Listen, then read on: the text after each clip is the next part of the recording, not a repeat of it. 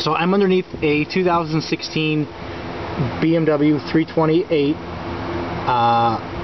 xDrive. This one has an N20 motor, and I'm going to do an oil change here. You'll notice some of the cars, depending on the model, the year, will have a flap that protects the oil pan, drain plug. This one does not, and it's kind of exposed. So I've got my my oil pan, catch pan underneath.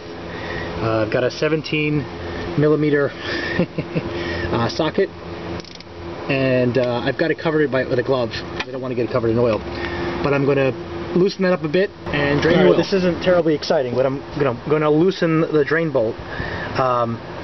I may or may not get that on camera because it's hard to do with one hand, but you can see it's starting to drip oil. So just be careful when you're loosening the drain plug. And in this case, I'm going to do a little Blackstone analysis, so I'm going to grab a sample of oil as it drains out. There we go, oil's leaking out. I grabbed my sample. It looks pretty clear. I mean, there's only 1,200 miles on it, but this is a break-in oil change. So your oil may look different than mine. There you can see it's still golden brown. So while the oil is draining underneath the car, I'm going to loosen up the oil cap. You need a special oil cap adapter. This thing is enormous. I'll put the notes on there on the website. I got this on eBay. It was $8. It says it's marked for a Volvo, but it uses the same size. So I'm going to loosen that up, and I'm going to try to be careful not to spill oil around there. So again, I'm going to loosen the housing. I've got a plastic bag ready to catch oil. Wrench out of the way.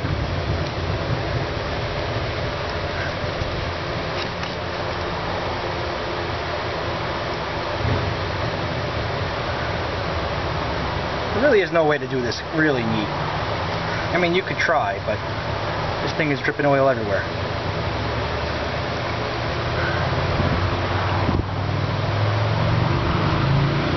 And this is 0W20. It's like water.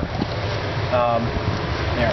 So, all right. Now that I've got the filter out, I'm gonna try to work as cleanly as I can. I got a pick here. And you could use it, well, first, get rid of that. And grab this. And then try to pull the, there you go. That neat and clean. Wipe that up. There's an sorry for the view. There's an O-ring on here. Having a pick really helps. Otherwise, you'll kind of, there we go. Peel that off. There's also an O-ring at the bottom. And this is going to be changed from the factory in another few thousand miles, but again, I'm doing a break-in oil service, but whatever. So put this down. I'm going to open up the bag that came with the filter. And there's a crush washer for the drain plug, and there's a little rubber O-ring. Be careful not to lose these. Take the small green one. This is pretty much like any other oil change. I'm going to put that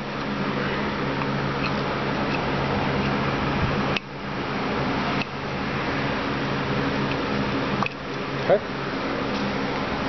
Try to clean my hands. Okay. And now I take the big black O-ring. It's always got to be black. Alright, take a little bit of pearl.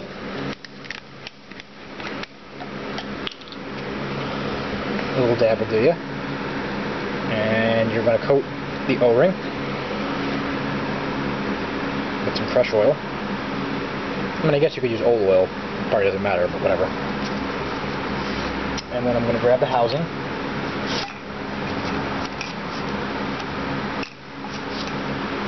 Eventually.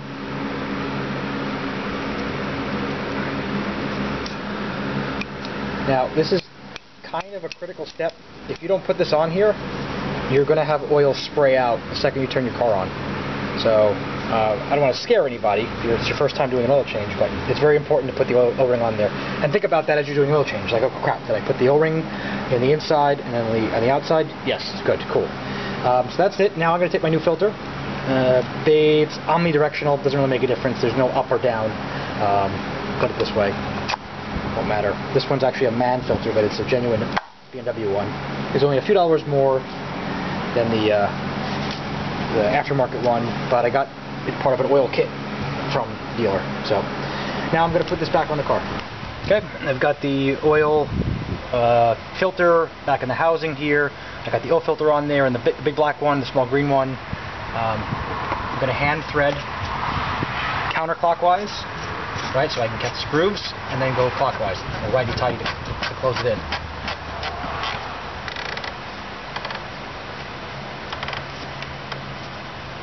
Then I'm going to get my housing wrench. Put this back on. Now, I could pre-saturate the filter with oil. Not going to do it. Okay, there's a torque spec for this. It's 25 Newton meters, 25.5 Newton meters. So I'll get my torque wrench later and tighten that, but for now, that's good. I'll come back to it. I'll leave this on here as a reminder. So here I have, this is the drain plug. I put the new copper crush washer on there from the kit. The original one had like aluminum, whatever. I'll put the torque spec for the drain plug in the comment section. So I've got the drain plug back in. Make sure you put the crush washer on there, and you're going to torque it to spec. I like to keep a bottle of Simple Green next to me and clean up around the area in case any loose oil gets there. You clean it up so it looks nice and pretty. And I'm going to add oil. Here's another tip. What I like to do is, after I've emptied a bottle, I'll take the cap on there, close it up, and then store it upside down. And then at the end, kind of consolidate all the bottles together. You'll be surprised how much extra oil is in the bottom of the bottle.